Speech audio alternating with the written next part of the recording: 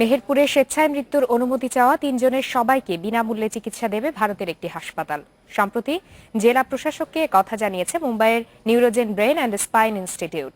জটিল Duchenne muscular dystrophy রোগে ভুগছে এই ৩ জন। সদর উপজেলার বেরপাড়া গ্রামের ফল ব্যবসায়ী তোফাজ্জল হোসেন, তার ছেলে মোহাম্মদ সবুর ও রায়হানুল ইসলাম ২০০২ সালে জটিল ডুসিনি মাস্কুলার ডিস্ট্রফি রোগে আক্রান্ত হয়। সম্প্রতি একই রোগে আক্রান্ত হয় তার মেয়ের একমাত্র ছেলে মোহাম্মদ সৌরভ। আস্তে আস্তে শরীর অবশ করে দেয়া এই রোগের চিকিৎসা করাতে গিয়ে এরই মধ্যে প্রায় সব খুইয়েছেন তোফাজ্জল। ২ ছেলে ও নাতির চিকিৎসা খরচ চালাতে না পেরে তিনি এই ৩ জনের স্বেচ্ছামৃত্যু চেয়ে ১৯ জানুয়ারি মেহেরপুর জেলা প্রশাসনের কাছে আবেদন জানান।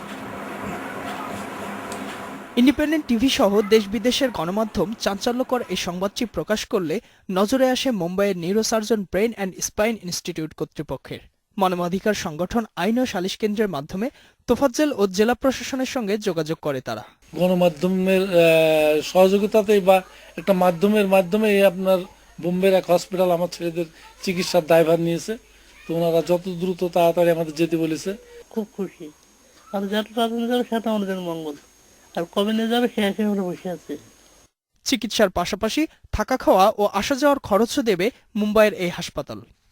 ইন্ডিয়ার কোনো একটা হসপিটাল থেকে যোগাযোগ করেছে এবং এই ব্যয়বহুল চিকিৎসা ওনারা নিজেরাই করাবে এবং ওইখানে থাকা খাওয়া যা কিছু আছে সবই ওই কর্তৃপক্ষ বহন করবে। এই ধরনের একটা ইমেইলে আমি দেখেছি। ডুসিনি মাস্কুলার ডিস্ট্রফি রোগে আক্রান্ত এই ৩ জনকে বিনামূল্যে পাসপোর্ট দেওয়ার ঘোষণা দিয়েছেন জেলা প্রশাসক।